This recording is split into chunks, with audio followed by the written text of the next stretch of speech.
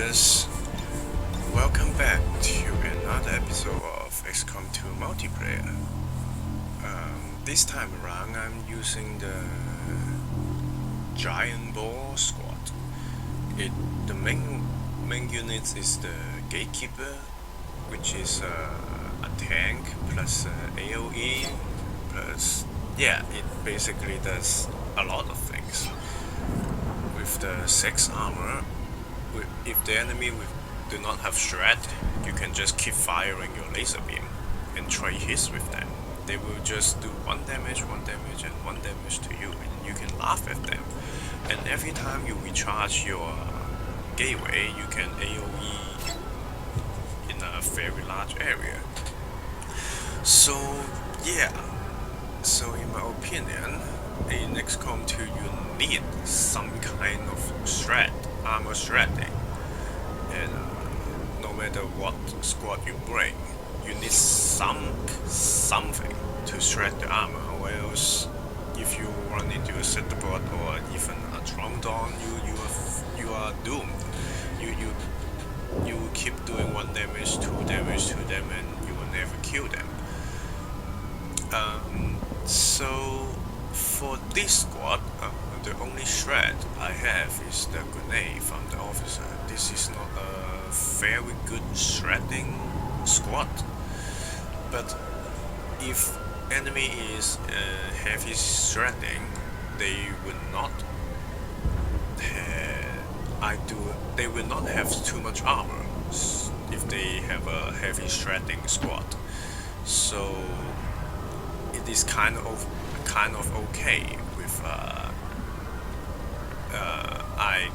Gatekeeper squad without too much shredding. And here, of course, on the first turn, this will be a very good idea to just check to see the edges of the map to see if you should dash on the first turn. But usually, even if the map is very small, I will choose to dash anyway, because I rarely run into anyone if I don't dash in the first turn, and I prefer faster paced games instead of camping and inching through the map. So personally I would like to dash on the first turn most of the time. I'd rather lose the no hit chance Overwatch shots on the first turn, because you will not be getting on the rooftops on the first turn on basically maybe 90% of the map. And if you do not have the height advantage, it's like 20 or 30% hit chance on the Overwatches, so I don't think they are very effective. So I rather save some time by dashing, unless I find that the map is extremely small. Then I may consider blue move and Overwatch, but most of the time I prefer dashing. So also what I find most people do wrong in the multiplayer is using the single player mindset. You don't really need your whole squad to survive in multiplayer. You only need one member of your squad to survive after you kill all the enemy. And right here I try to get on top of the butts, and then I find that the game actually does not let you do that. And this is the same thing happens in XCOM 1 too. You just cannot reach some of the levels because the game thinks you want to travel on the ground. So I have no choice but to stay on the ground and give up my height bonus on the Arca. And right here, because I test out that the map is not that large, so I decided to use the shield on the second turn to buff everyone. And because my Arcan cannot see anyone, so I move up my chrysalid and still cannot see anyone, so I decided to borrow the chrysalid here. So in case some enemy move in range, the chrysalid will, it acts like an overwatch basically. If anyone move within range, the chrysalid will burst out and try to hit the guy. But like all melee attacks, even the chrysalid doesn't have too great of a hit chance. It's like 65, I think, 65% or 75%, just like about the same as the stun answer. And because I see nobody, so I take a little risk to dash the set toy to the flanking position, and then I did not really check the path of the gatekeeper, and the gatekeeper just destroyed the tree the shield bearer using to take cover. Yeah, this kind of thing you need to pay attention, because if the shield bearer get killed, it basically every single one in the squad is losing 3 health, which is quite a lot. And you will be seeing in a moment that I'm really thinking that I'm not sure if it's because Archon doesn't take cover or Archon actually have shorter line of sight, because there is a lot of times the Archon just cannot see the enemy, but the enemy can see the Archon, which, well, put you in quite a bit of disadvantage. Yeah, right here, the set toy can see my Archon, but my Archon cannot see the set toy for some reason. Maybe because if you take cover, you peek out, so you have the line of sight of your left tile and your right tile. Maybe, I'm not sure, but from time to time, if your Archon stay beside a high cover position, from time to time, the enemy can see you, but you cannot see them. So you will have to keep that in mind.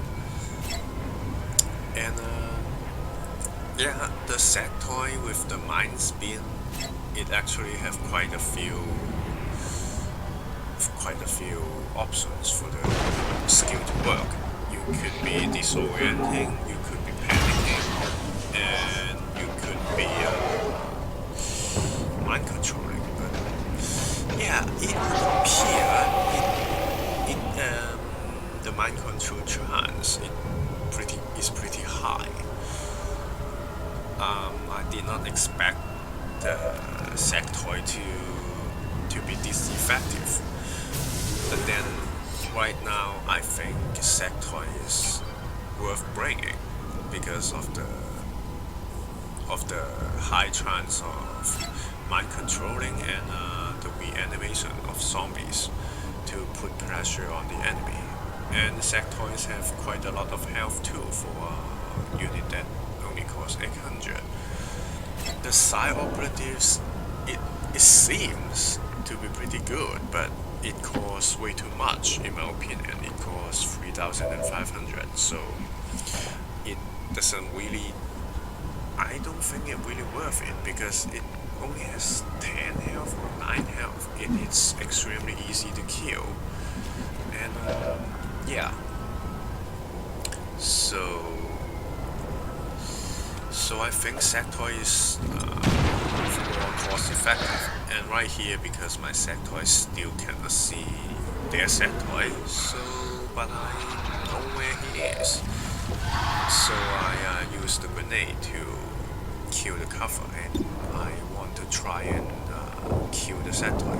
And right there I test to see if my gatekeeper is seen by the enemy.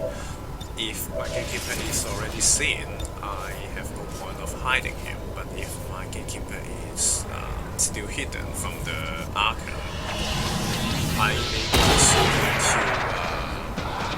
to hide him one more turn if I manage to kill the sectoid, but the gatekeeper is already seen anyway, so I decided to just use it, use the gatekeeper to do some AoE damage.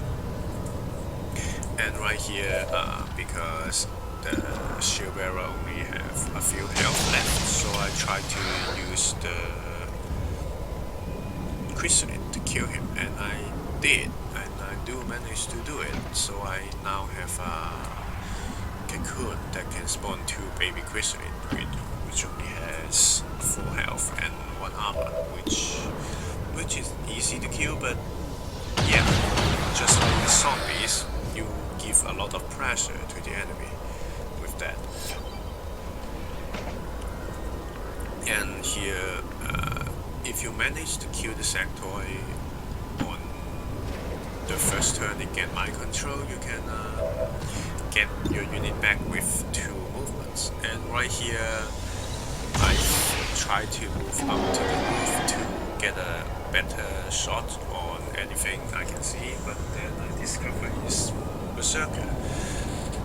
Right here, I think the opponent make a pretty huge mistake of hiding the berserker that far away, because this is not XCOM 1 berserker, you cannot attack from that range. So he is basically fighting me with only the Andromedon, the sectoid, and the shield bearer, without his supporting units, which is the berserker, and you will see the last unit of him in a second here. Yes, splitting your team could work if you do manage to flank your enemy, but most of the time it just makes the enemy use the whole 10,000 points of units to bomb rush your 5,000 points units. You just get killed. You just get killed before you can flank the enemy. And right here, I'm not sure why, but he used his second action to teleport, which basically put the codex into my hand, asking for a kill. Maybe he don't know if it end this turn, but yeah, basically he is holding back his 3,500 points of worth of units, and by trying to flank and failing to do so. And right here, I would not do this personally. For no reason, he still tried to run his berserker away. The berserker should... you should hide the berserker before the enemy see it, but as soon as the enemy see it, you should put your berserker as close to the enemy as possible to force them to shoot at the berserker and not your other units. Because if you run the berserker that far away, I will just kill your... Yeah, this is what happens if you split up your team, your squad. If you split up, I will just pressure the other side and kill off the weak side before I actually deal with your flanking unit, because you are not in range to do anything yet. And this is why I rarely try to like circle run a unit to flank the enemy. I rather set up a defensive line and push forward, because the units can support with each other. And right here, as you can see, if you hold back your units, you will just get killed before your supporting units can get in range to do anything. And yeah, this is, like I said before, the mindset of the single player is you would try to not take any damage, but in multiplayer you want as long as you deal more damage to the enemy. Like I will run my unit in the open from time to time, forcing the enemy to shoot at the exploded unit so my imported unit doesn't get shot by pressing the enemy instead of like staying in high cover.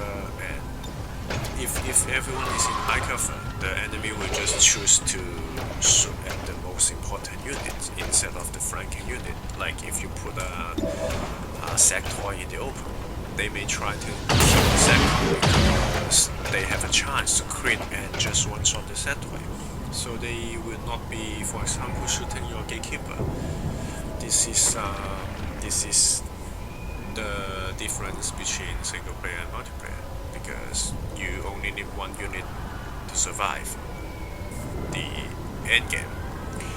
When you kill your enemy, you only need one unit alive. Instead of you will want to have everyone unhurt, not even wounded in single player, but in multiplayer this is kind of a trade. You trade with the enemy until they die before you do. And right here, both my sector and the opponent's sector is doing the mind control, which is pretty rare because firstly you need to hit the mind speed, and then if you hit the mind speed, you roll for panic, for disoriented, and mind control, and both of us managed to do so. But at this point it doesn't really matter now because I already killed his Andromedon, Shield Bearer, and the Sectoid. All he has left is the Codex, which he put it in my face, asking for me to kill her, and the Berserker is too far away to do anything. So yeah, keep this in mind that if you are trying to flank the enemy, you do not really want to put him too far away. Maybe you do not want to push your main units forward. If you are trying to flank, you want to draw the enemy into your flank position instead of pushing forward and leaving your units that prepared to flank behind too much. Yeah, as you can see here, his main units are all dead, and I still have basically all full health units, which right now it doesn't really matter. I already won the match. As soon as I see his Codex and Berserker, that doesn't even remotely close enough to do anything. Yeah, Berserker, I think the Berserker is a pretty bad unit in XCOM 2 because, and the Faceless 2, they simply do not have enough range and health or anything to do anything before they die. They just die before they can do anything. Yeah, it doesn't really matter if I get the Chrysalis Cocoon or not right now. Yeah, you can imagine if his Berserker is right in my face, alongside with his Andromedon.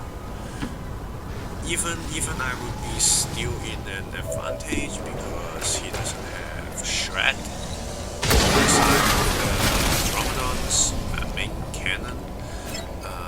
I will be forced to choose between trying to kill his Andromedon or killing his Berserker, because his Berserker can have a chance to knock my units unconscious or disoriented.